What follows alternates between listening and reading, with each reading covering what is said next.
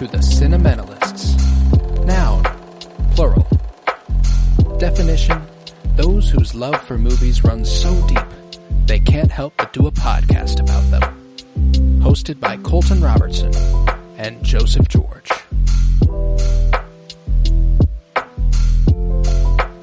Hello everybody and welcome in to the Cinementalists and happy Thanksgiving, baby. Today we are going to celebrate with Fantastic Mr. Fox, and not just coverage of Fantastic Mr. Fox, but a live commentary of it.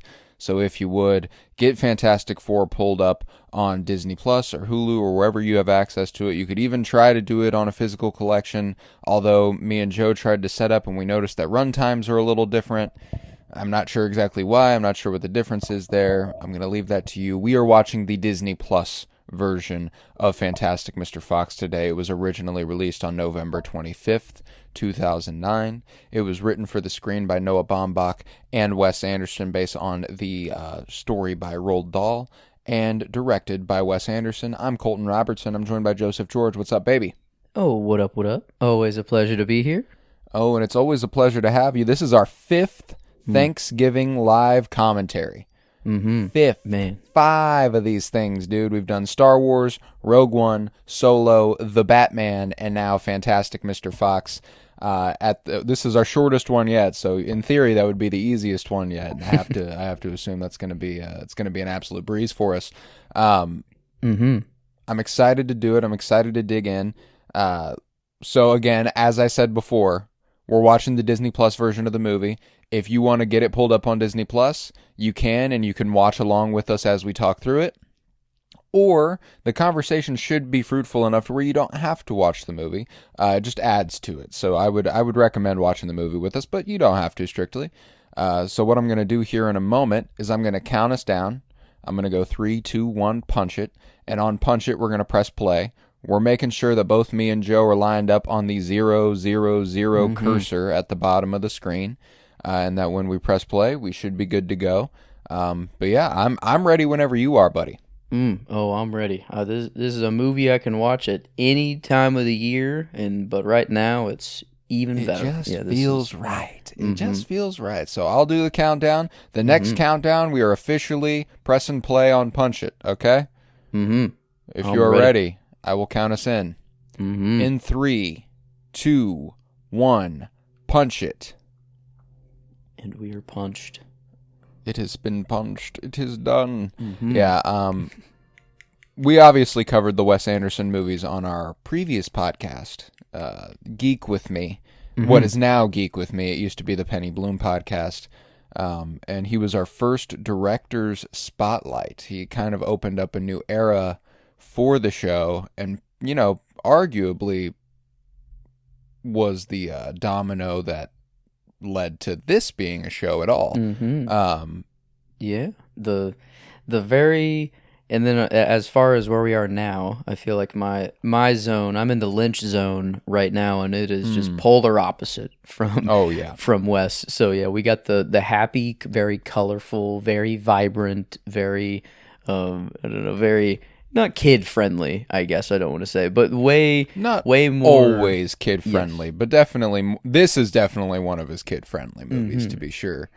And can't say that about Lynch really. And no, not a single Lynch movie that I think you could make the case for there. The Straight Story is definitely the most down the. I mean, it is called a straight story, like it is. It's down the middle. That is what it is. It knows what it is. But yeah, man, I love Wes, and immediately you get to see why this being a stop motion animated feature, obviously this and Isle of Dogs, his only 2 so far. I have to imagine he'll probably eventually do another. Very, very special movies. This movie's comprised of over 56,000 shots. Oh, and to think that every single one of those was just hand placed, taking everything in, and those are only the final ones that made it. I wonder how many shots were taken were just thrown out, or like, nope, actually do this one over again, or it's like a craft of a movie that is, I feel like just so much more difficult than filming just a regular movie with. I got to imagine so. A lot more meticulous, a lot more. I don't know. Whenever you have an actor, you have one actor. They have a bunch of different versions of these puppets for different situations. You know, here before long, we'll see the glowing version of Mrs. Fox, and obviously that's one. I mean, there's always the ones that are a little bit more flexible and can do all the movements they're going to do here in a second are different than the ones that we're looking at right now. Man, yeah, all the logistics that just go into something like this is wild, and I think it's like more of a testament of like how he can go from his mind to the screen, like to have this all mapped out, and like to think of all the planning you got to do before, and just I mean, to even decide like, yep, we're just gonna go stop motion for a whole movie. Right. I feel like that's just you gotta reach a certain level of filmmaking in order to do so. Because yeah, this like one of my favorite shots right here that's going on. Yeah, just the slow pan is like, is this technically a oneer? There's no way. Yeah. I mean, there is no. No, oneers, it's not possible. And Yeah, it's like like it's literally not possible to do that, which is what makes that accomplishment all the more impressive. And it's still going. You know, like it hasn't had a cut. It has, obviously, but it hasn't had a visible cut to us. And that's brilliant. I can't fathom how they pull it off. But yeah, I've always loved character design, of course. Modeled in part after Roald Dahl himself in the corduroy suit, but it's also very Wes Anderson. That's a fit that Wes Anderson 100% rocks. Oh yeah. And another one of my favorite details about Mrs. Fox here is that she's got the hippie thing going on to kind of symbolize her, rebellious youth. She obviously becomes, the flowery mother and stuff, but here she's a rebel, and she's making that shift into what her life's going to become. I never really. You don't get to spend much time with the hippie version of Mrs. Fox, so yeah, I don't really remember it that much. But no, yeah, you definitely don't. You only get references to it later with the rat. Who said she was the town taught in her day. But yeah, man. I mean, I think this could be the 10th time I've watched this movie. Because I did watch it last night just to I kind of like to do that with our live commentaries, watch it before we do a live commentary on it so I can gather my thoughts one last time before we go into it, kind of lock in a little bit. And I found myself not being able to really think of what to talk about. I was just like, I love this. Like the whole time I was just kind of like, this is beautiful. I love the way this movie looks. And then like, there you go. There's the modern version of Mrs. Fox with the dress, not the headband, not the flowery aesthetic as much or anything like that. But she's buttoned up now. She's a mom. She can't rebel. She's got things to do. Every moving part, like just the characters is one thing, but then that little tape Sonic on the left there, those little knobs that are just turning, like to make sure they keep turning while everything else is like moving in the background is just, oh man, I don't know. It's I love it. Well, when he cuts through the newspaper just there, like that's impressive. That's like what.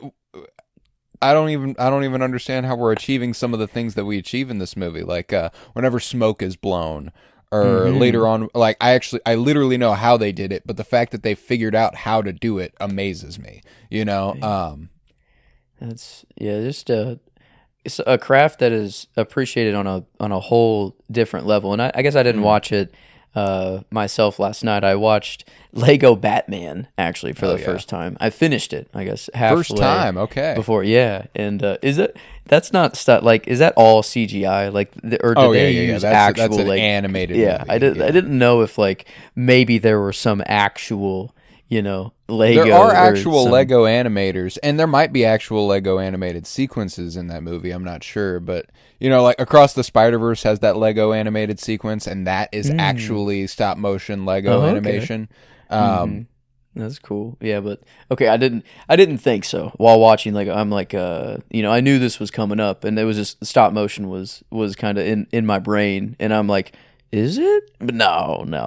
Like I'm like, there's just no way this has to be done on a computer. But here, I mean, there's there's no way you can accomplish this look on a computer at all. Like, you No. kind of, you know, it has to just be in camera, which is like, what camera are they using? Like, I wonder, is it like, it's not obviously not a film camera, it's just just a DSLR, or like I wonder not sure. what. I'm yeah, not actually like, sure what it was shot on in the strictest terms.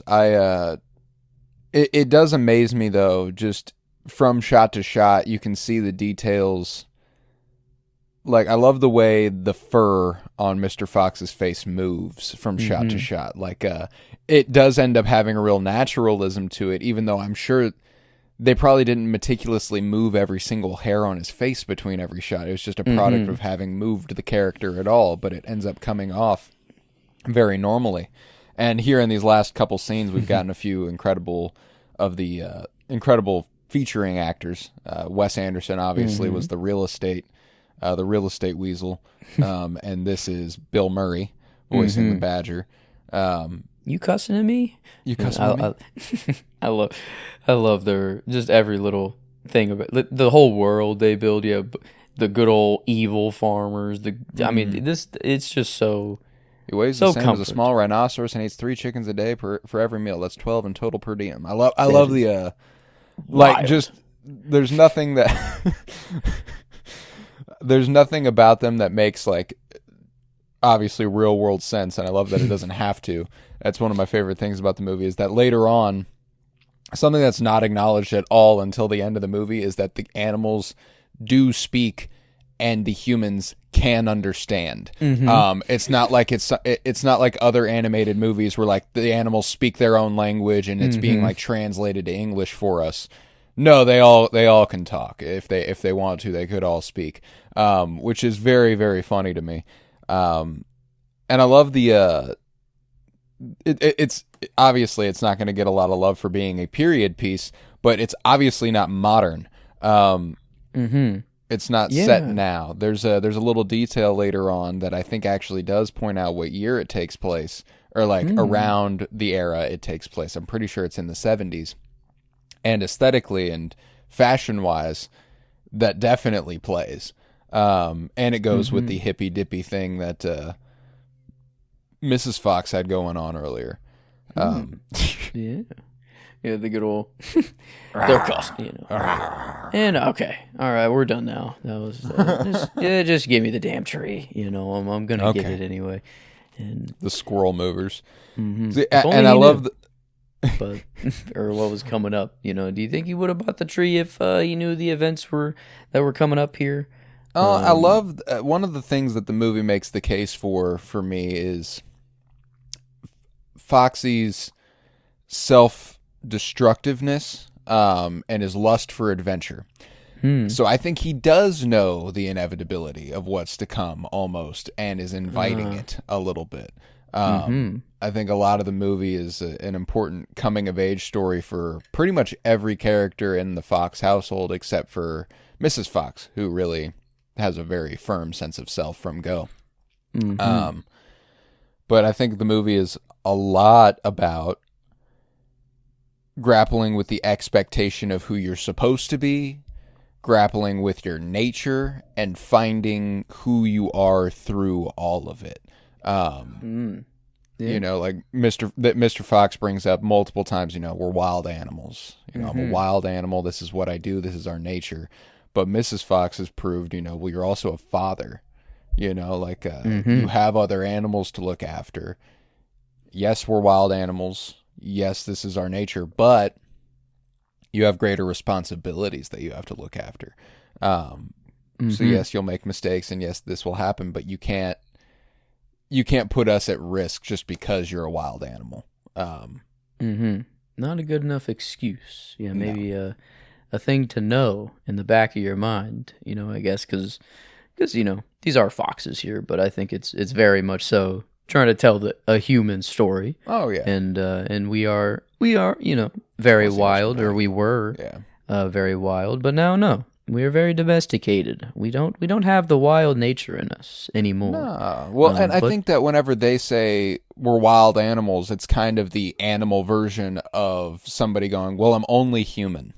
You know, like, I'm going to make mistakes, and I'm going to fuck up, and I'm going to do this, and I'm going to do that. And Mrs. Fox kind of makes the case where it's like, yes, you are going to make mistakes, but you have to take accountability for those mistakes. It can't just be, oh, well, I'm a wild animal. Oh, well, I'm only human. Like, things are going to happen. No, if you could have avoided the mistake, and you knew going in that something wrong could come of it, you know, maybe you shouldn't have made that choice. Yeah, and he's getting back in, you know, or I guess not quite yet, but he's already thinking about it. What's a fox without a, forgive the expression, chicken in its teeth? I don't know what you're talking about, but it sounds illegal. I love the voice acting in this. I always have. I think that Kylie's voice actor. Oh, I wish I could remember his name off the top of my head because he's not a overly working actor by any stretch, like George Clooney or like Meryl Streep or Jason Schwartzman or a lot of the folks he's acting around. In fact, I think he's more just a Wes Anderson homie of sorts. Where are you, Kylie? Not even on the main page. I gotta go into the more cast to get him. Dang. Yeah, there he is. Wallace. He was actually up way higher. Wallace Wolodarski? Wolodarski. Wow, yeah. Oh wait. Why does he look familiar? What the heck is he in? The Darjeeling he was Brendan Limited? in the Darjeeling Limited. He's the assistant, Okay. Owen Wilson's assistant in Darjeeling Limited. The one that he tries to keep at the back of the train, and he has alopecia and stuff, and that's the whole character that they've built there. Guess he's in the French Dispatch as well as the Cheery Writer. Writer? Probably one of the ones that. You know, they go through the hallways and they're like, they have one writer who never wrote a single word and only ever brainstormed what he would write about. And they have the blind writer who does art reviews based solely on description and, you know, all that stuff. So I'm sure he's one of those. Wow. One of those writers. He actually goes all the way back to Rushmore. He's a referee in Rushmore. He's in there. He's in the Darjeeling, obviously here as Kylie. He's also in Grand Budapest. Good stuff.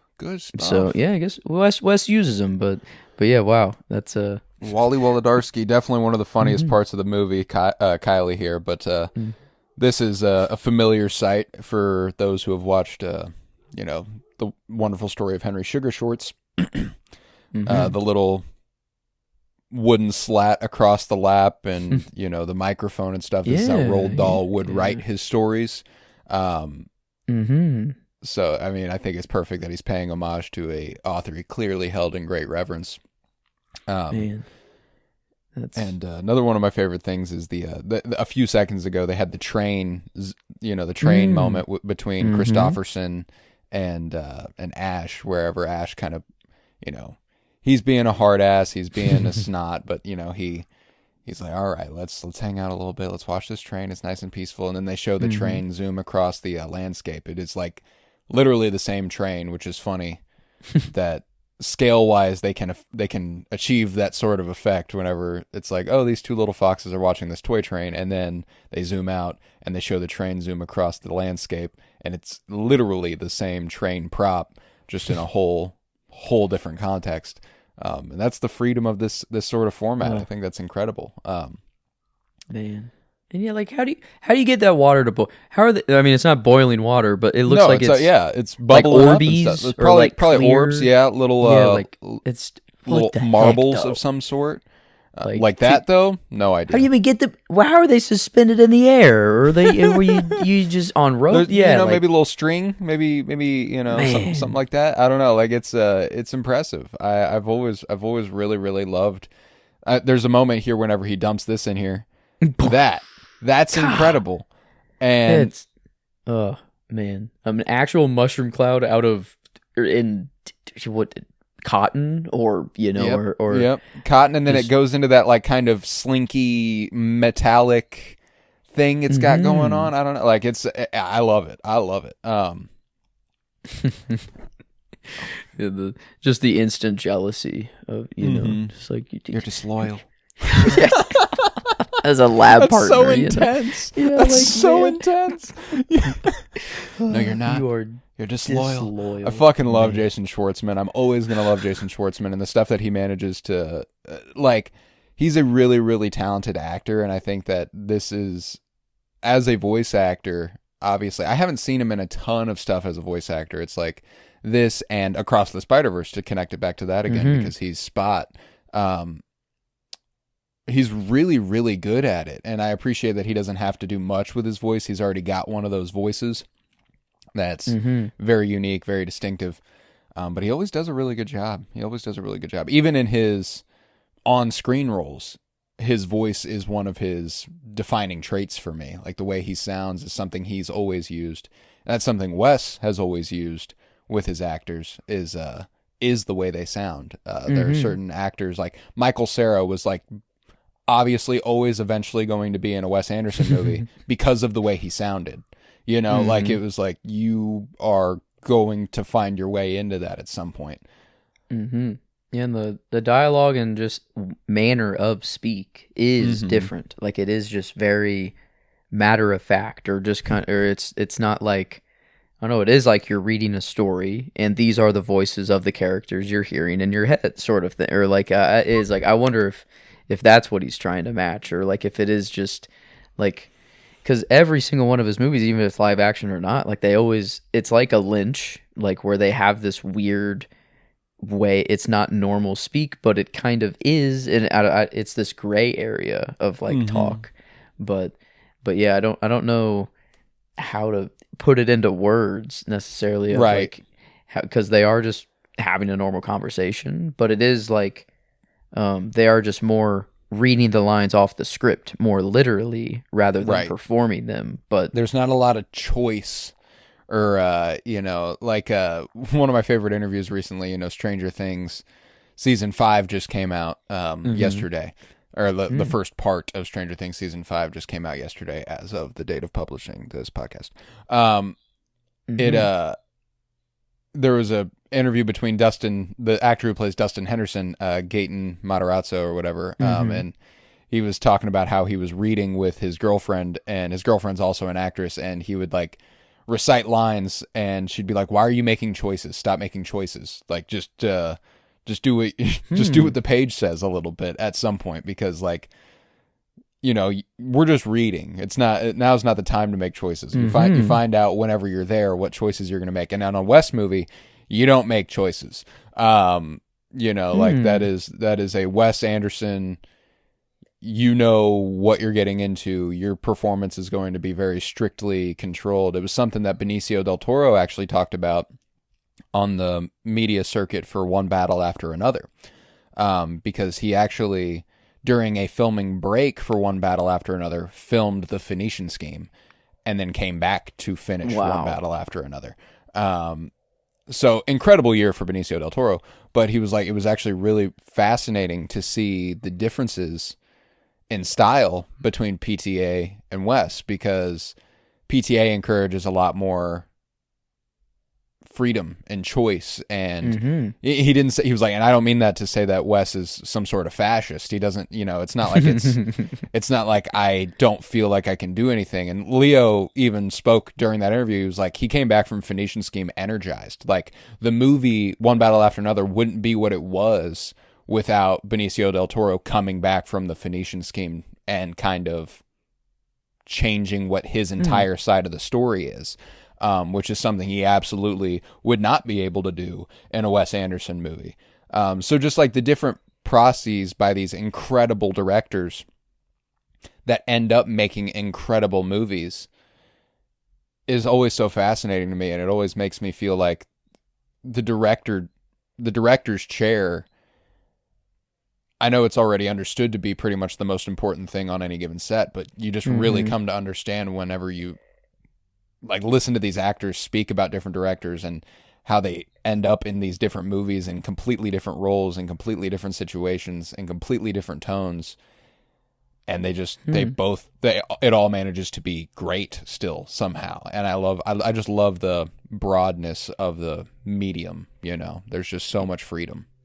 Yeah, you can, like, as I like the use of choices where like it does seem that Wes is the one making the choices kind of for the actor, or any other director can actually leave it up to the actor, be like, actually, I'll give you the base, the big notes of what I want to hit, but I want you to fill in the gaps of everything. And then it's like, there's always give and take, or I guess for both, but yeah, I guess like when you're telling a story that's based on like a book, and I guess every movie is written and what's going to happen at the end even before it comes up as the director. But like, I think Wes is more like the book has been written. These characters are defined. It's like you should just act in this way because it is this character for just this one story. And like I don't know, that's a really like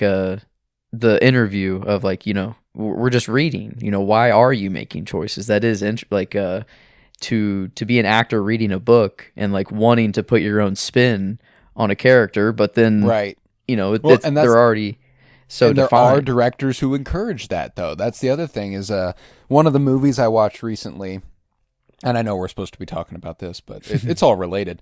One of the movies I watched recently was a Jean-Luc Godard film from 1960 called Breathless. One of the most incredible pieces of French New Wave cinema ever. Breathless is a beautiful, beautiful movie.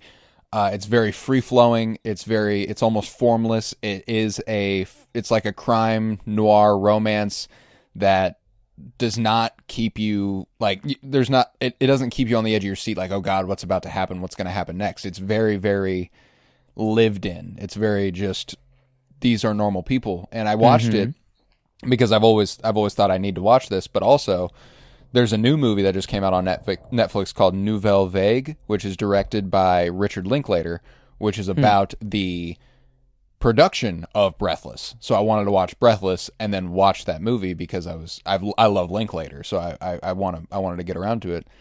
And the way Goddard directed that film was essentially like he didn't give the actors pages.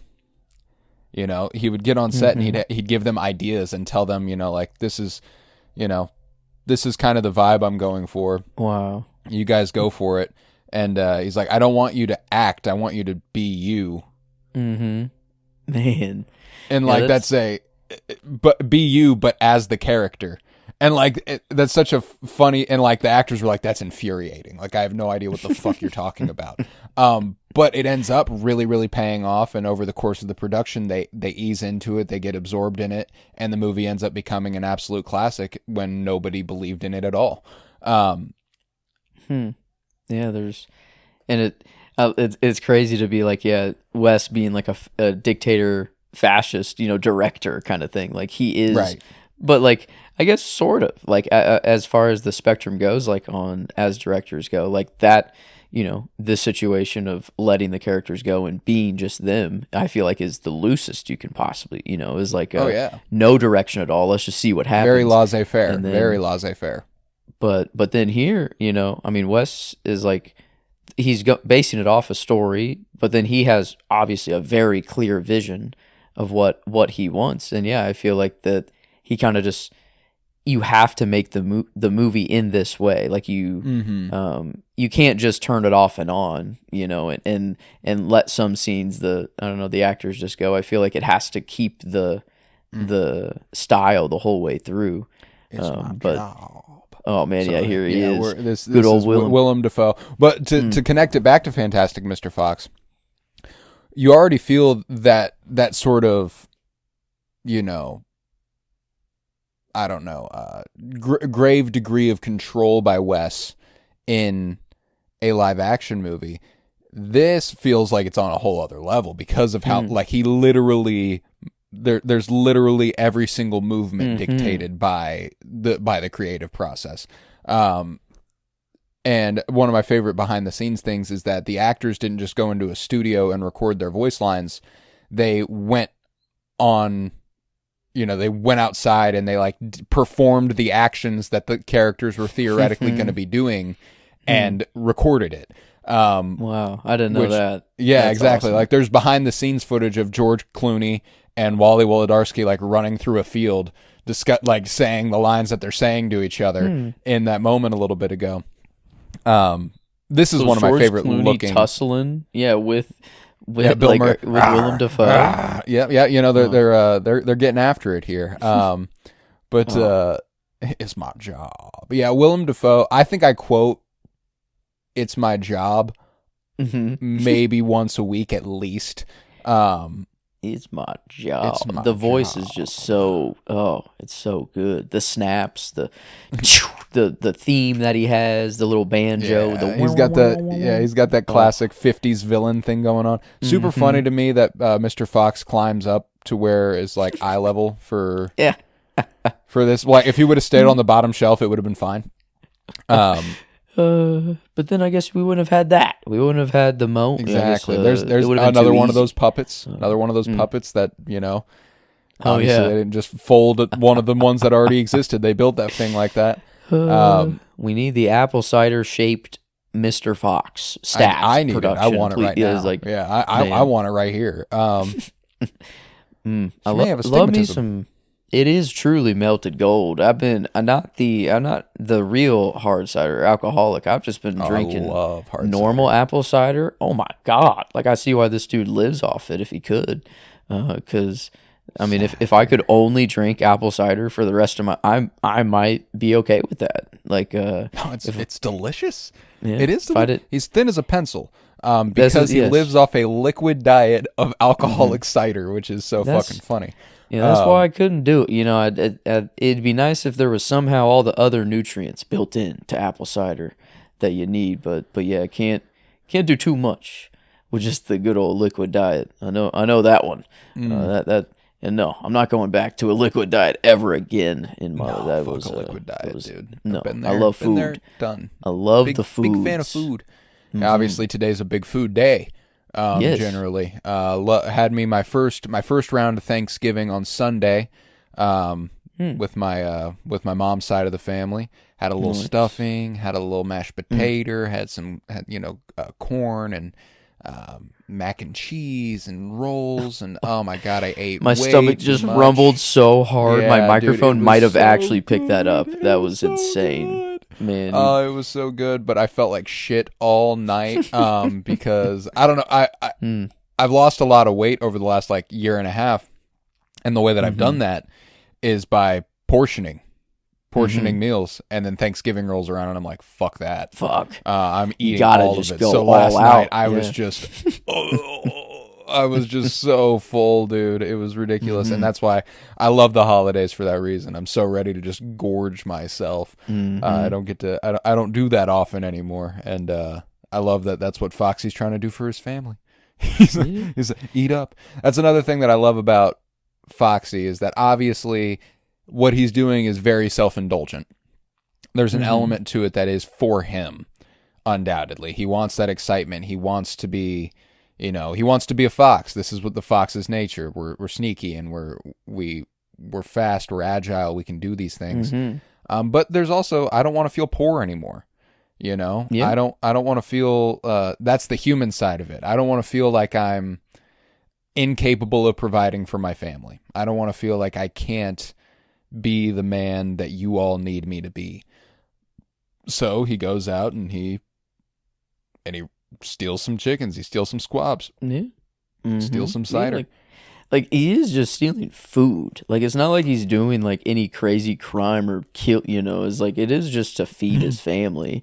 And It like is. he could be stealing from the other animals. Like he could could be be. going He to could their be. houses or whatever. But no, he's stealing from the actual bad guys. Yeah. or the The actual fascists. One of the things that I've always thought was funny, and we talked about robots a couple weeks ago, and we talked about like the mechanics of like if they live in a fully robotic world, why do they live by human standards? And kind of in the same nitpicky, stupid vein there, why are chickens and squabs not sentient? You know, like why is there a line of what animals are okay to fucking eat? Yeah, they are just very yeah, every time they're on screen, even alive, they're just very like they are actual animals. They are not Yeah, huh. That's well, I guess we do it in our world, you know. Oh yeah, I we guess absolutely do. And that's the thing, is like it is within the animal kingdom, and you know, a lot of these woodland creatures don't actually feast on each other, so it makes sense that they don't resort to it because it's not something that they actually do most of the time. But yeah, I love I love that they still maintain a sense of the animal kingdom, as it were. And even the wolf, you know, at the end, that's more. I think that's just an actual wolf. Lupus, you lupus. know? Yes, Yeah. just an actual lupus. But oh yeah, I love their back and forth. It's so good. About to get that Rebel Without a Cause reference here. You say one thing, she says another, and it all changes back again. It's a James Dean quote from Rebel Without a Cause. Love the reverence that Wes clearly has for so much older cinema. Hey, putting up, you know, reference. I didn't even know the wooden slat over the chair was like a reference to Rolf Dahl, like in how he putting that together. That was really cool. And like in the shorts, and then now like, yeah, I feel like there's so many references that just go so over my head that I don't even know are being. Oh references, yeah, I mean. He's got so much reverence for so many other creators, which is why I'm like he's incredibly libertarian in his creative sense. He wants to be able to do whatever he wants. But I love that he clearly holds such high regard for specific creatives and, you know, for specific actors that go with him. God, gorgeous shot, by the way. Love that. God, it could have just been all dirt the whole time. No, we gotta go in a fucking crystal room and like just oh man, an opal den. I love this. Meryl Streep is so good in this movie.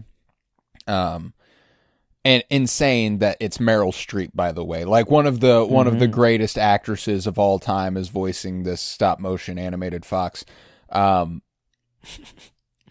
And she does such a good job of it that, like, I think that Mrs. Fox really might be the most important character to get right in the movie, just because she is the moral compass and she is the kind of heart and center of the family. That moment whenever she goes, why did you lie to me, Foxy? Like that's a really important moment to get right. And I think that pretty continuously the stuff that involves Meryl Streep, she just absolutely kills. The moment later in front of the waterfall is another one that I think of that is just so perfect. God, these little dudes are so grotesque. They're so nasty. They do seem to bump up the visuals whenever Mrs. Fox is given her actual important. Yeah, it's like it is a very important part of the movie, even visually, like on a whole different level. But yeah, they from tree to hole to this is just digging. And I mean, do foxes be digging? Is this I guess I don't do foxes actually be burrowing? They actually do a lot of stuff that's pretty honorable to fox, like what foxes do. Like whenever they show Mr. Fox like grit his teeth, that's something foxes do whenever they're anxious or something like so whenever she tells him I'm pregnant and he goes, that's wonderful. You know, like he's like, oh my God, I'm going to lose it. Ash does a lot of ear twitches, which is something that a lot of foxes and dogs do whenever they are displeased or angry. And the tree's just folded back. Dude. I mean, it's just so they're good. About to put on display the absolute scale that the movie has too, which I think is incredible. I love that like the hole they find is like so fucking tiny, and it puts into perspective just how small all these animals are. It absolutely kills me. Digging up the whole thing, and it's like they're actually the sizes of like just large bugs. Like it seems like they're not even. Yeah, it's just they're itty bitty little insects, but foxes. And yeah, but the chickens, I guess, are normal chicken size to humans. No, they're a little smaller actually. Yeah, whenever like he eats 12 a day, like they do actually look like little mini chickens. I don't know. It doesn't seem that they are up to full scale, either. But yeah, I've never thought of this or I don't know, thought of everything on this level yet, even though I have probably seen this movie. Yeah, I don't think quite 10 times, but getting there. But yeah, I'd say, well, I don't know. Shit, I do kind of throw this on very willy-nilly and just kind of, it's so comforting that it's one movie that I do accept that I could fall asleep to, because I have seen it enough, and like it does make me just feel so good. So it's like it's so easy to throw it on and then just slip away, sort of thing. But I'm with you. There's not many movies like that either. Like obviously, I want to watch every second of it if I can, but you know, it is one that I'm hyper familiar with. There's certain movies that are almost again incredible effects. By the way, like what? That's like. Oh. Just a tiny little fucking hole there, little butthole in the earth. Yep. But just all right. Well, now what do we do? I mean, spending how much money did they just spend to do what? Like, I mean, that was so many resources to just achieve nothing whatsoever, other than destroying a tree. I guess is in a little mound, a beautiful just tree atop a hill. But yeah, got it set up like it's a fucking war zone. It fucking bring in the military. Dude. Yes, everyone. We got 108 snipers. I aim like it's just their employees too. Like they're not like trained snipers. It's just a bunch of guys who now have guns. Yep, they were just farmers or like whatever they're doing to make whatever, factory workers. I don't know like what's on their property, but yeah, it's like, all right, everyone halt work because we just need to kill this one family of foxes. Nothing else is more important than yeah. But one, I guess they just don't really have a plan. They're just going trying to use all their resources they have. But I love whenever like the animals get together and actually like start to plan, and it's like we all have the movie hits another stride here once this happens. It's like, well, you've kind of screwed our lives up, dude. Like not just your own family, but we're all suffering now, and this kind of blows. But yeah, I guess it's the first time I've also watched the movie just muted, and actually just reading subtitles. No kidding. And, I guess, I don't know, because I guess I didn't want obviously the microphone to pick it up here at all. Sorry.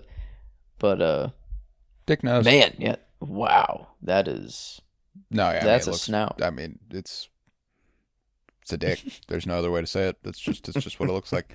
No, but it really, God, what a dick. Really emphasizes just how beautiful the movie is, that it's every bit as entertaining this way. But one of the things that is lost whenever we do stuff like this is, again, that voice acting. I love the soundtrack. This movie has a few of my favorite needle drops. They're not towards the end of the movie, but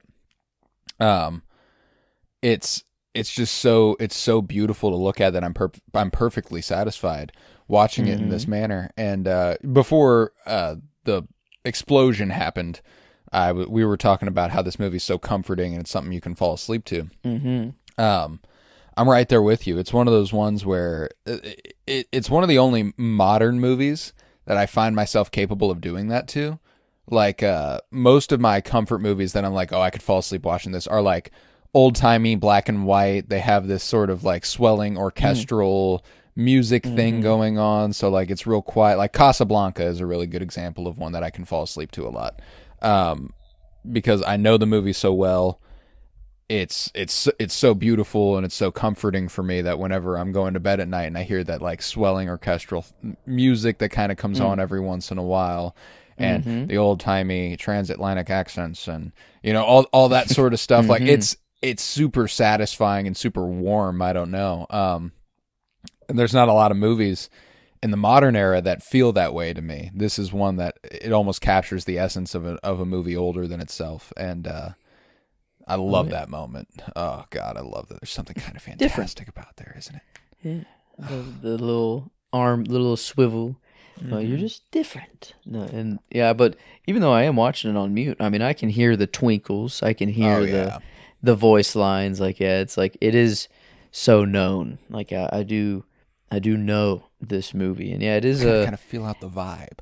Yeah, it's so satisfying. And Alexander Desplat, underrated in the composer game currently, I would say. When it comes to his work on this, I mean, all of Wes, Moonrise Kingdom, Grand Budapest Hotel, French Dispatch, Asteroid City has an incredible score. He also did Little Women, which has one of my favorite, the 2019 Little Women, one of my favorite scores. Just flies under the radar, I think, as far as one of the best composers in film right now. And this is one of my favorite works of his. It has such a It knows itself so well, and this is obviously a great needle drop here. The new Frankenstein he did, I guess. Wow. Oh, that was Desplat too? Yeah, looks that makes sense. Wow, I fucking loved it. I fucking loved the Frankenstein movie. Speaking of stop motion, Guillermo del Toro does a lot of stop motion as well. He did Pinocchio. I don't know if you ever ended up watching that. No, not yet. But he also Desplat also composed that as well.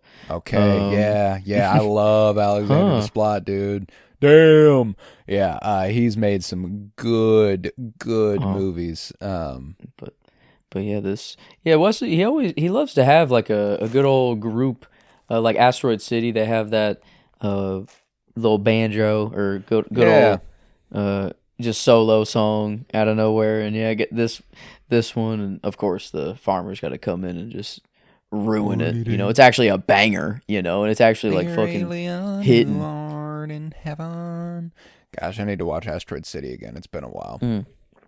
Yeah, I don't. Up numbers wise, Asteroid City, man. I mean, I threw that on. I've watched the shit out of that movie, dude. Like very fast too. Like it did not take me long to watch that much. It was just over and over and over for like 3 months straight. Yeah, come on, bro. No, it was actually a banger. You wrote a bad song, PT. Fuck you. I do love Michael Gambon in the voice role there. Really, really talented actor. Sadly passed away within the last couple years. Maybe it was last year. Incredible Rest actor. in peace. Yes, indeed. Pretty sure this wasn't the only Wes role he had. I'm trying to think of what the other one I might be thinking of is, though. I believe he was in The Life Aquatic. I want to say he was in The Life Aquatic.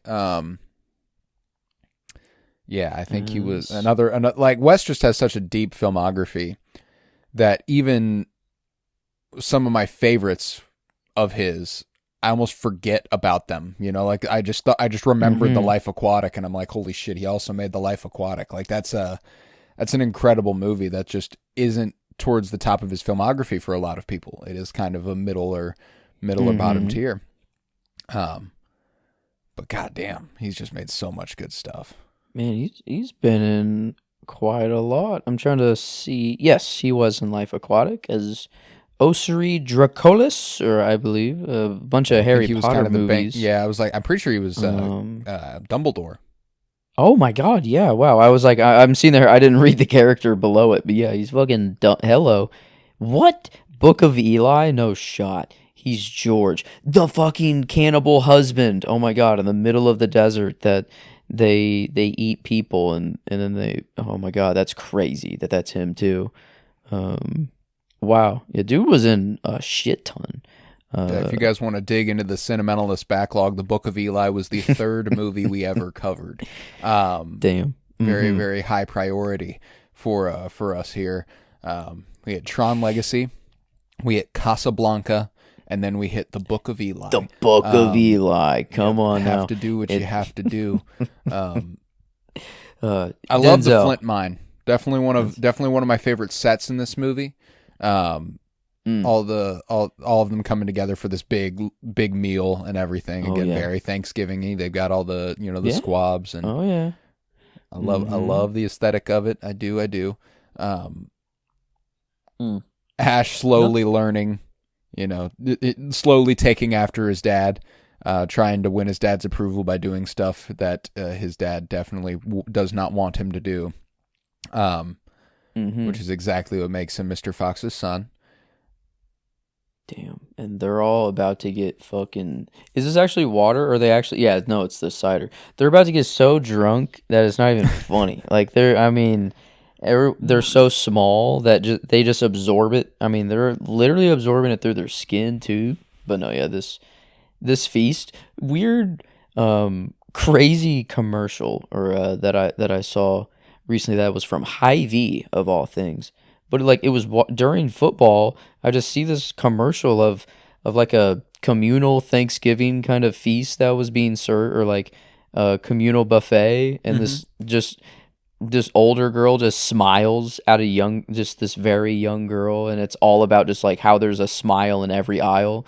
But like before it's known to be a Hy-Vee commercial, it's actually like I almost cried, and I'm like, wait, what the fuck's going on? I fucking think it's so funny when commercials do that. Like every once in a while I'll be watching a commercial and I'm like, this is fucking beautiful, and then like it gets to the end and it's like Best Western, and I'm like, what? Yeah. I'm like, no, what are you talking about? Yeah, no, I love when a commercial the reason I even bring it up, I guess, was because the dinner they were having is kind of like there's something about like being together with your family all having a dinner, but then there's something about like the whole community coming together for like a dinner, or no, a meal, and everyone's helping serve, I don't know, and it just, that was like what was the feel good kind of the commercial, and then it was like, yeah, Hy-Vee, where there's a smile in every aisle, and I'm like, oh my god, what the fuck? Well, I think you're speaking to kind of the beauty of the soup kitchen, the food bank and all that sort of stuff, the ability to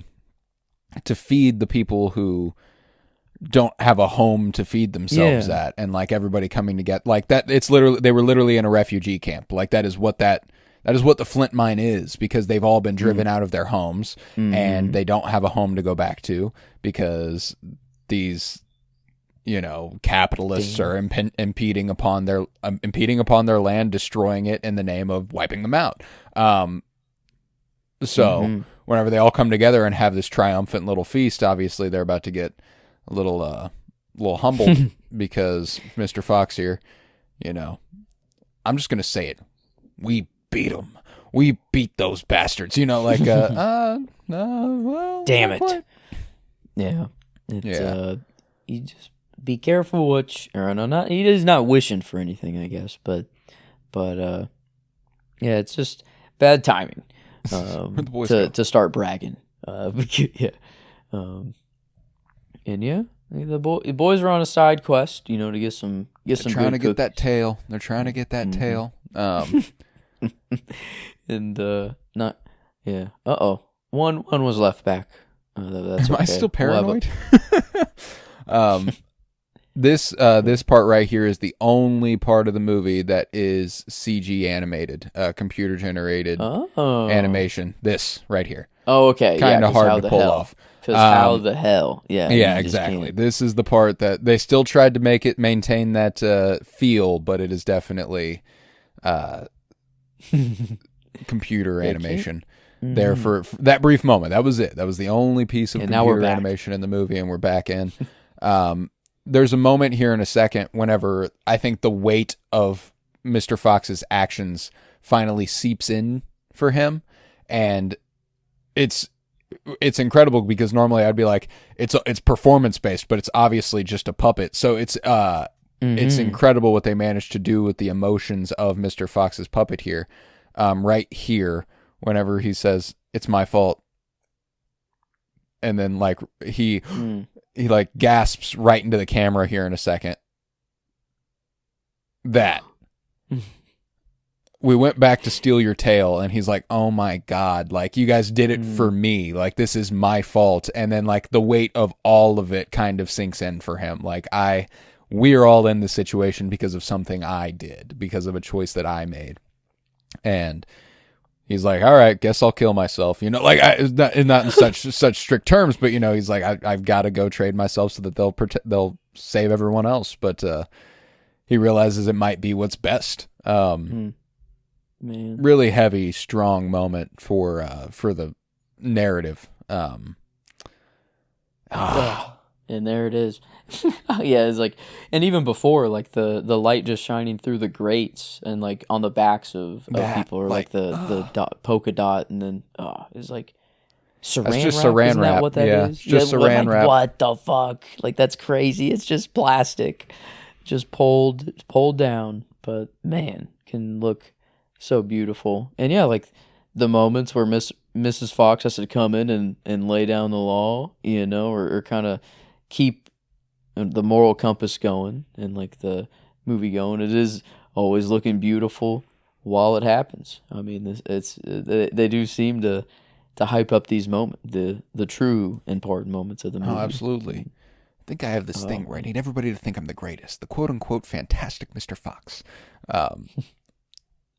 This is one of the more relatable parts of the movie for, I think, generally men, which I think is interesting. This perceived or internalized expectation that you're supposed to protect, and you're supposed to be, you know, the provider, and you're supposed to be the one who the one who knocks, if you'll forgive the expression. And I appreciate that in this moment, he's accepted that he's got to be the one that does this because of the, I don't know, falsity in that. Like, he felt like he had to act alone when he never really did. He felt like he had to do these things that he shouldn't have had to feel like he had to do. Man, well, how the heck is Lego Batman actually lining up a lot with this movie? Of like, is like that's like the main struggle he goes off, is like he sends his family back away to safety so he can do all the bad stuff, but even though they wanted to help him in the first place, it's kind of wild how like I didn't think that this viewing would, I don't know, be related whatsoever to Fantastic Mr. Fox, but I don't know, yeah, maybe a little bit, maybe got a little connections there. But man, yeah, this, and finally them having their moment, you know, and yeah. Oh, the little tear. It's just so it's facial acting but with stop motion puppets. What the heck? Is like the little tear ups are some of my favorite little pieces in this movie, dude. I love whenever the eyes fill with tears. Because I mean, you need that. You do, because they are puppets again. Like to get the emotional payoff that you're looking for from such an actually incredible family drama. Like, it's obviously steeped in this comedic wrapping, but like that moment a second ago, whenever Mr. Fox is like, I got to sacrifice myself just to save everybody else, and Mrs. Fox is like, you shouldn't have to, but you're right. I love you, but I shouldn't have married you. Like, that's heavy. Like, that's not light stuff. So I appreciate the approach they take in, you know, balancing the intensity with so much levity. Obviously, the return of the rat is something we've been waiting for. Yeah, like they actually, in like, you know, they have to talk now because they gave him this letter. Like, bro actually works. Like the rat reports to them. He doesn't just chill there. Like, why do they have to write it in the magazine? You know, it's like, you know who it's coming from. It's like, I love how they like, yeah. It fucking kills me, dude. I love it. Man, yeah. It's kind of, I think the parts that I like the most of the movie, or like the very ending, is obviously, I mean, it all comes together, but like the action kind of the movie, super like fun. Here that's coming on is like, it's fun, but I think I appreciate the more like the first and second acts, like of it. Just, it's so much more in that comfort vein, I feel like, or like it's very easy or very smooth, and it gets, you know, picks up, and like, yeah, I'm not complaining. Not by any stretch, but I tend to agree. Like the movie's first hour, I think, is the strongest. The strongest, in the last 30 minutes you know, I mean, like they're still incredible, and the very very ending kind of returns to that quaintness and that comfortability. But right now, it's the consequences of the actions. You know, it is the literal discomfort through the narrative. This sequence is fucking awesome. I've always loved the stop freeze motion frame. within the stop motion. Yeah. You know, I mean, well, yeah, the stroke, man, it's too good. But it whooped his ass. He fucking he's got that shit. But oh yeah, well, in a part that he's like that he never got a taste. The like That's not the case. Yeah, bro was sipping it right whenever we were introduced to him. Like, he's been sipping that for. He only ever did it for the cider, you know. And yeah, it gets. And he just wanted to give him one last taste of what it's all been for, and obviously it's extremely dirted and disgusting at this point. Yeah, black liquid gold. Sacrifice sliding their heads in, just looking. He redeemed himself. Redemption? Sure. But in the end, he's still just a dead rat in a garbage pail next to a Chinese restaurant. Like, damn. Incredible bar. R.I.P. This is one of the funniest shots to me. I don't know why. Foxy's face kills me. Just like and I think it's because I actually explicitly love when my dogs do this. Like whenever I'm walking downstairs and they're looking down at me and the entire weight of their face droops downward. It's so funny. Yeah, and I think his whole it's funny facial that structure did change there. Yeah, his right. eyes, like, yeah, I don't know. It's drooping, it's heavy, and I think there's a moment a little later in the movie where I think they specifically made the puppet for probably that shot, like that head of the puppet for that shot, and then we're like, we might as well find another way to use this at some point because there is another shot later where he's looking down and they use it again. And there's not much time left in the movie, which is what makes me go, they probably just kind of went, let's figure out another way to use this if we can. Get a little return on the investment. I cried as Pennsylvania. Now we're assembling the team. It's getting real. But man, in a way, I'm actually kind of glad that flood interrupted my toast earlier because I didn't interrupted us because I didn't like the toast I was giving. I'm glad. Yes, always looking on the bright side. Always looking on the bright side, which great character trait for Mr. Fox there.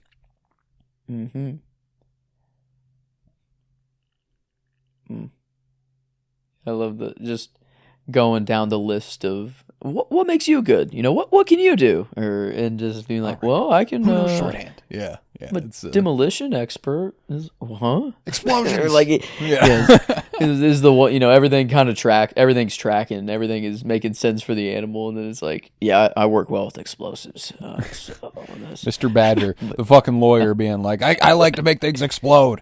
Too good. Good. Okay, yeah, I guess. All right, fine. Yeah, incredible team up here. And again, just all the character design getting to be put on display here, all the puppetry being put to use. I love his suspenders, like piano suspenders. That rules. And man, yeah, the Latins, they were up to something naming these animals. I don't know. I mean, this is like, I mean, explosions, flames, burning things. Maybe this. I've never actually thought of this. Did the Latins themselves come up with these names, or is this a future us applying Latin names to classify? I'm pretty sure it is us applying, using Latin names to describe animals. I'm pretty sure, because here in a second. That's the shot I was talking about, by the way. Him looking down at the mouse. But right here, whenever he tells him, I'm pretty sure they didn't even have opossums in ancient Rome. I don't think that because they had all these animals in ancient Rome, they all got a name. Yeah, this. I don't know. Yeah, Yeah, I guess I have a laptop right in front of me. I guess I could look into. Usually, I just Google things that are movie related. If it's too far off, I don't dive too deep. But no, I did actually find the camera they use, and it is just a Nikon D3 still camera. I guess Yeah? it is just a Damn. just This a is normal. just still is- after still after still after still. That's just, it takes so much time to film one of these, dude. That is, I mean, and yeah, like to think Wes, I mean, a director usually has a say in every single shot of the movie, but this is like every single frame, I don't know, like there's nothing that can be done. Like is he truly on set No, that's actually one of the more interesting things about this and Isle of Dogs is that he actually isn't on set a lot. He directed remotely a lot because he didn't need to be there. There was. Did he just have it like the screenplay of like he just had it? Did he just give them direct? Or like. Yeah, I think as far as my understanding of the movie is concerned, the animation director, who I want to give him some credit, so I'll go ahead and find the name real quick because there was always rumor, like, falsified rumor. It's been kind of dispelled that there was beef between the animation director and Wes Anderson for his lack of, hands-onness during this. To which he's been kind of like the animation director himself was like, that's not true. And clearly wasn't when he came back to do another movie with him in Isle of Dogs.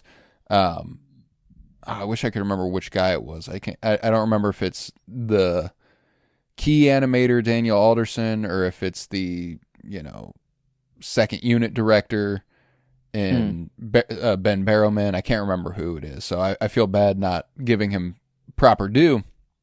Might even have been his director of photography, Tristan Oliver. That's the name that's definitely ringing the most true to me. I don't know why, but regardless,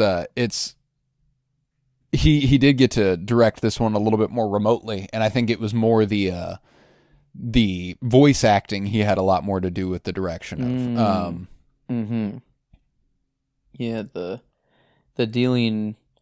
Yeah, because I guess even on his live action movies, that is probably where most of his resources go, anyways, just to the actual actors. And like, yeah, Right. he has his style, but like that's just probably just production and whoever, in this case it is an animation director because it is stop motion, but in the real world he just throws it to the cinematographer or the product set designers or whoever it may be. So yeah, it is like it's weird to think of the logistics of kind of making a movie like this, but it does make sense. It's like once the looks of everything is okayed and you have all the puppets, then it is just making it. Let it ride. Yeah, that's and what's cool too is that when it comes to Wes Anderson, his style obviously bleeds through so profoundly in everything he does. Because there's this conception that, was Robert Yeoman partially responsible for the way Wes Anderson looked, like the way his movies look, because he was the live action director of photography on all of his movies up until The Phoenician Scheme. And, but then you have this and Isle of Dogs, which are photographed by Tristan Oliver. And then you have The Phoenician Scheme, which was photographed by a whole other person. So there comes this point where you go, okay, well, it really truly is his filmmaking identity being funneled through these different creatives. And the cinematographer on The Phoenician Scheme was Bruno Del Bono, by the way. I forgot his name there for a second. Bruno Del Bono. Also did Amelie. Yeah, I just love that the movies are just so thoroughly his. It's one of the things that I'll always appreciate about a director with an intense sense of style is just there's never a doubt. Like, oh yeah, this person made that movie.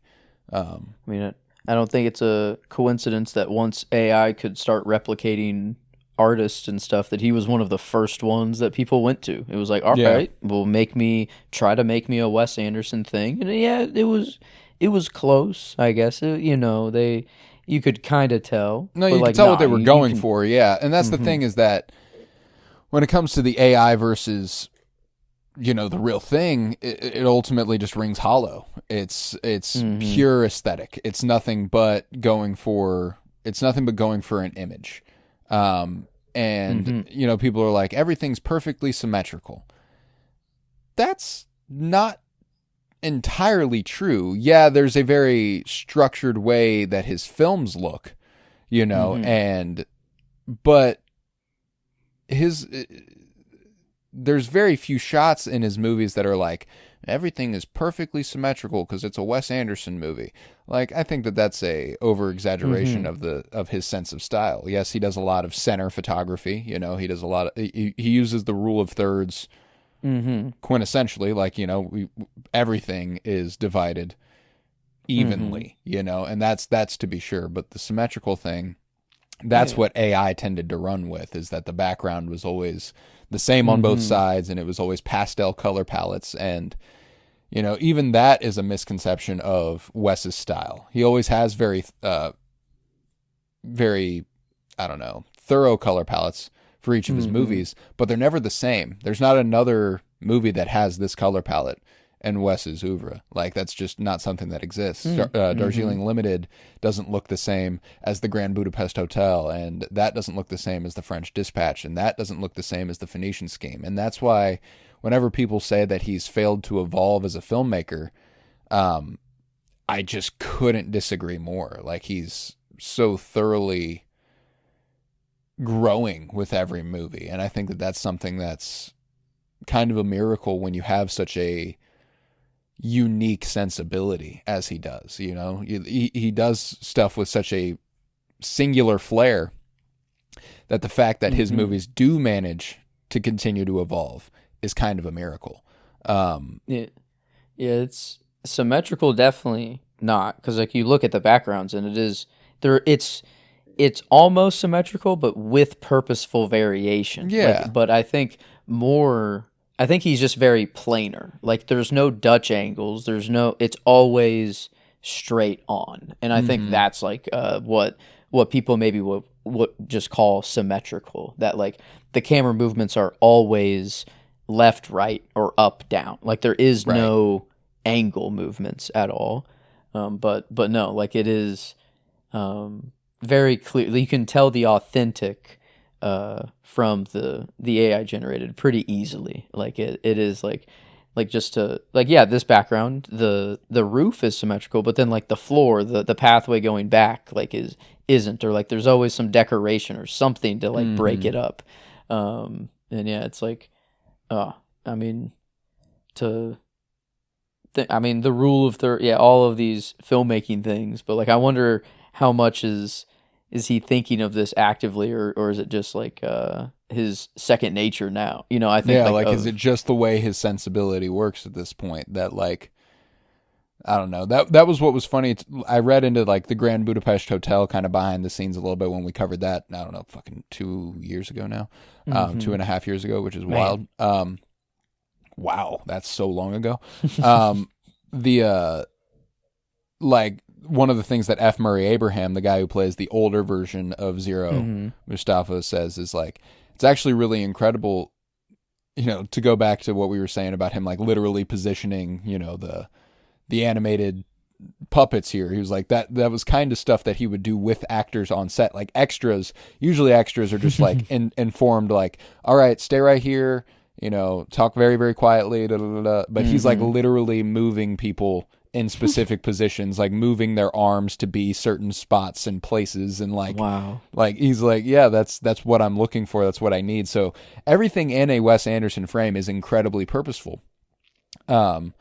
He wants it specifically to look like that in with every regard. Every single thing that's in the frame, it's supposed to be there.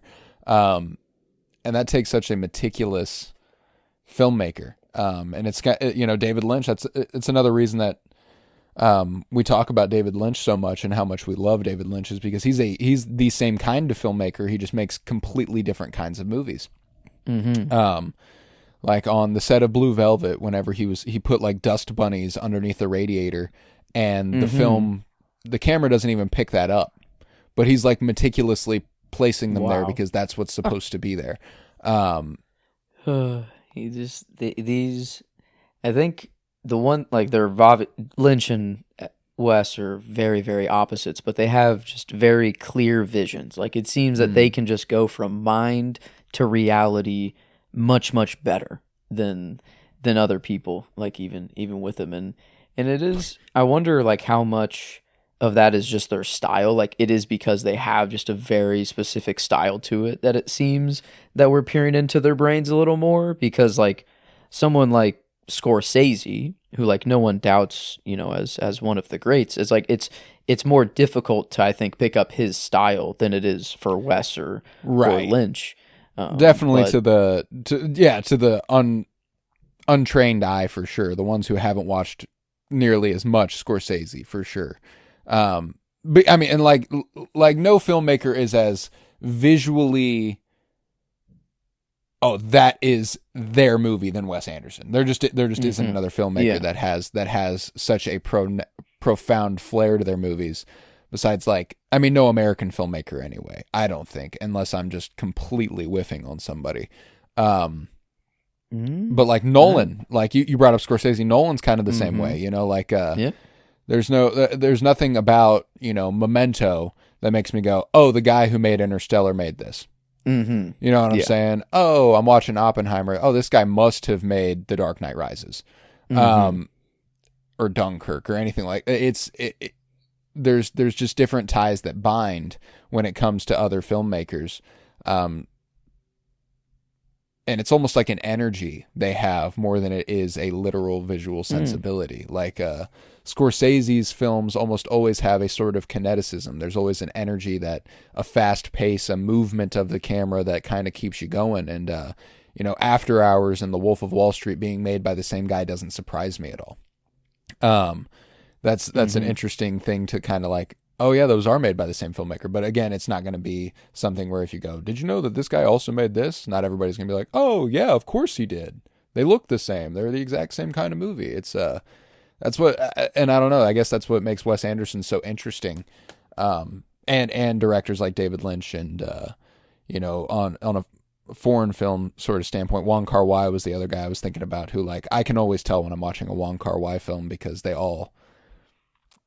look like that. There's a gorgeous sheen to the camera that's like, this is a Wong Kar-wai movie. And there's a few that are kind of getting that flair. Ryusuke Yamaguchi kind of has that. He did Drive My Car and Evil Does Not Exist, and I don't know. Oh, this is just one of my favorite scenes in the movie. Sorry, I'll stop going off on that tangent there. But love the wolf scene. And this is another one of those moments, Canis Lupus, whenever a tear wells in Mr. Fox's eye, and it's just so perfect. It's just such a great moment. Oh, the fist bump too by the wolf, give it it's so majestic. Just so, I don't know. I've always had this. Animal. I love every animal. I love dogs. Dogs are one of my favorites. But the wolf, and then it's so fast. It wells up and then he's back. And just taking in the majesty of nature and kind of respecting. Yeah, like he just overcame his fear and he saw the beauty in it right then and there. Like.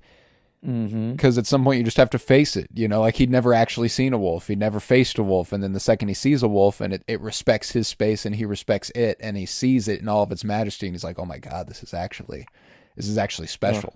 What was I afraid of? God, I love it. I love it. Neat. And there's the same train used how many times? It was used in the movie. I wonder, but I don't know, the good old wolf. Wolves. I guess I was on my animal train or going on dogs, but like I love dogs are my, if I had to pick one animal, my favorite. But I know that the wolf is where the dog comes from. Or, you know, one step down, or a domesticated version. But yeah, it's like the wolves have always been majestic. I don't know. I love. There's just a certain nature to them. I don't know. You can't have one as a dog. You have to let it roam free, like, sort of thing. You can't domesticate a wolf. It almost feels wrong. But I don't know why. A dog, it feels okay. It's like what they kind of want, maybe. I don't know. But yeah, I don't know. Even for his realization of him having a moment there, and yeah, it's like this is where the movie starts to get good again. Yeah, it's like just like comforting and cozy and everything. Yeah, I mean the wolf scene might really be when it hits that, but this is if anybody listening, you know, doesn't have the volume on their TV up to like hear us along with it, definitely turn your TV up a little bit, because this is one of my favorite needle drops ever. Right here when he goes above this grate. And then boom. That guitar that kicks in right there, and like, oh God, I love it. I love that needle drop so much. It just makes me so satisfied. And it again defines that cozy feeling that the movie has. And yeah, this a good old Superstore. You know, I wonder if you tell some like caveman or someone from such a long time ago the idea of a supermarket. You can walk in a building and any food you can think of is there. Even a sandwich that can take, you know, that takes so many different things to make one sandwich. No, more than that is there. And I love everyone's just experiencing it like for their first time, like a supermarket. And like for us, it's such a normal, it's just a normal thing. It is like you walk in a store, you get your groceries, you come home, and that's just life. But like for them to discover, wait, we can just come here and get unlimited food like whenever we want is just yeah. The closes early on weekends. It's so good. Getting on the soapbox, literally. It's so good. The literal soapbox, apple juice, and Christopherson, the only one to not have apple juice. I don't know. He's got to be different. You know. He's also the only one with a blue color palette in the entire movie. His fit the whole time is yeah. Oh, Christopherson is. Yeah, Christopherson is the one with the blue. Yeah. The blue color. Okay. He's got the outsider energy. But at least they've got stars on them. And again, I think this whole monologue kind of goes back to what I was talking about the movie being about at the beginning. Just you know, there's a bit of accepting your lot, but also finding yourself through the trials and tribulations of expectation and want and desire, and figuring out exactly who you are through all of it to our survival. God, yeah. I love it. Man, I don't know, that line of logic can be real dangerous of, you know, we said that they're wild animals, but it's our version of I'm only human. And it's like you can make a very, very bad mistake and chalk it up to you're only human, or no, you must evolve past that. You know, you can't use that as just your cope kind of for everything. No, yeah, but it's a fine line, you know, like, because there's also the element that's like you got to forgive yourself a little bit too, because you are only human. You are going to make mistakes, but you can't lean on it as the cop out, you know, like, oh, well, I'm only human, so shit's going to happen, and that's that. Nah, but if you do make a mistake, you got to be willing to forgive yourself for it. I love this image. I love that they're still robbing Bogus Bunsen Bean. Super, super satisfying. And they were just stealing from the source before. Yeah, now they got like, the pretty package. Now it's all packaged, the package shit, but at least they've got stars on them. Yeah, I'm always gonna love this movie, man. And Noah Baumbach, another really, really talented writer who doesn't get nearly enough credit for his contributions with Wes. You know, he also co-wrote The Life Aquatic, went on to marry Greta Gerwig. Yep. Damn. I always forget. Yeah, I never remember these things, and every time you say it, it's like, God, just two such artistic minds coming to get. It's like That's what brilliant. that. I love the Noah power Baumbach couple. movies. That was another thing I was considering for November was Noah-vember, and maybe hitting a few Noah Baumbach movies because he's got a new movie coming out on Netflix here soon called Jay Kelly. I think it's has George Clooney. As the lead. It's kind of Netflix's Oscar darling this year, I think is kind of the goal for them. And that's a Noah Baumbach directed movie hitting Netflix here soon. So got that to look forward to. But I'm going to do some plugs while the credits roll here. And then we can rate this movie and we'll get out of here. So if you would leave a 5-star rate and review and download wherever you might be listening, we appreciate you listening along and watching this movie with us. We hope you enjoyed it as much as we did, and we hope you come on back next week when we'll be covering It's a Wonderful Life. So we are just back-to-back weeks with these family-centered comfort movies. Love It's a Wonderful Life. I can't wait for that next Friday. I'm doing those holiday movies for holidays. We're getting nice and fucked up and talking some holiday movies. Going to be a great time. Cannot wait for it. So we got that to look forward to. We also have a Twin Peaks podcast called Fire Pod with me. Obviously, we talked about David Lynch a lot for a movie that has nothing to do with him. It's because he's incredibly front of mind. We're always going to think about David Lynch, and we're always going to be thinking about Twin Peaks. Next week, we are going to be discussing The Return Part 9. And if you have never watched Twin Peaks, this podcast is for you. If you have watched Twin Peaks, it is the podcast for you because I have seen it. Joseph is not, and he is watching it all for the first time. You do have to have seen up to the point we are at. That is obviously very important. But beyond that,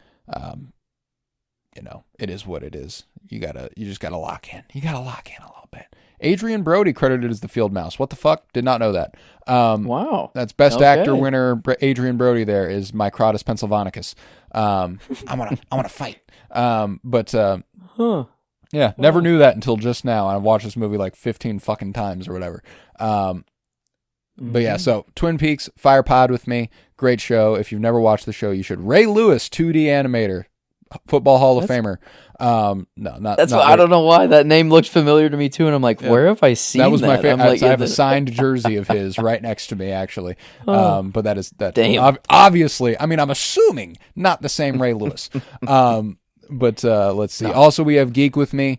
December is going to bring about the 10-year anniversary of Star Wars The Force Awakens, and if you liked this live commentary, we intend on doing a live commentary of The Force Awakens as well to celebrate that 10-year anniversary. I cannot wait for that. I love Star Wars. We love Star Wars, and that movie is extremely special to me. So since we are concluding Nostalgia November, it does feel appropriate to kind of move into that now, because that is probably one of the most nostalgic Star Wars movies I have, because it was the first one I got to see in theaters. So that's a great one. But love that. Force Awakens celebrating on in December on Geek with me. But yeah, those are the three shows: The Sentimentalists here, Fire Pod with me, a Twin Peaks podcast, and Geek with me. So with that, I think we can go ahead and rate this movie. How'd you feel about Fantastic Mr. Fox, my friend? Well, I think I don't know, what did we give it a 10 before during the spotlight? We probably did remember. not. We probably did not. But yeah, I don't know. From removed from that, I mean, it's become a 10. Like, this is one of just my all-time movies. Like, I can't. It's so easy to watch. The soundtrack is so good. It's like I want to give it that. And am I just there because this is the live comm and my comfort thing? No. I think there's an element to it where a couple years ago we were also trying our best to be more hypercritical. Like we were trying our best to not be 10s for everything, and obviously we've let go of that quite a bit. We're as loving a critic as you're ever going to find. But yeah, no, I think it ultimately comes down to, back then I was trying to be picky and choosy with what movies out of Wes's canon got 10s from me. But now a lot of them do. So it's one of those things where I can't really deny it. For me, this is a 10 out of 10. I love it dearly. It moves me to tears usually when I'm not talking through it. luckily, I got. That's why I watched it last night, was so that I could work through that, let it all happen, and then I could watch it today and be fine. But yeah, it's great movie, man. So I'm super cool with the 10. Mm-hmm. Yeah, as far as Wes's are concerned, it might be my numero uno, and it's weird. It's always a revolving door, I feel like, for Wes's. It's like how I feel at the time, but at least this is the one that's been the most consistent over over the whole time, is the one that I do return, because I feel like I have watched Asteroid City more, but it was a way shorter span of time that all of that occurred in. But I don't know, this has been the kind of Wes staple for me to always go back to. So, but yeah, it's I don't know. I feel like a worthy 10 though for the Thanksgiving. It feels right. It's special. I'm certainly thankful for Wes Anderson and his entire filmography, but Fantastic Mr. Fox is definitely one of the ones I'm most thankful for. So I am I'm super happy with that, and like I said, we'll be back next week with It's a Wonderful Life, as it is truly a wonderful life. I cannot wait to discuss that. Got a little Jimmy Stewart action coming next week. Ooh, I'm so excited. I love that movie. I'm thankful I can just talk movies and shows, as a thing I can do. I don't have to fight for my food survival. I can chill with my homie, talk some movies, and geek out. Like, come on, man. I can't. I gotta be thankful for that. That's the good shit. That is the good shit. Well, it was a pleasure talking to you today. I was Colton Robertson. I was joined by Joseph George. I love you, buddy. Oh, I love you too, homie. And it is, as always, a pleasure to be here. And it was always a pleasure to have you. And remember, to our survival,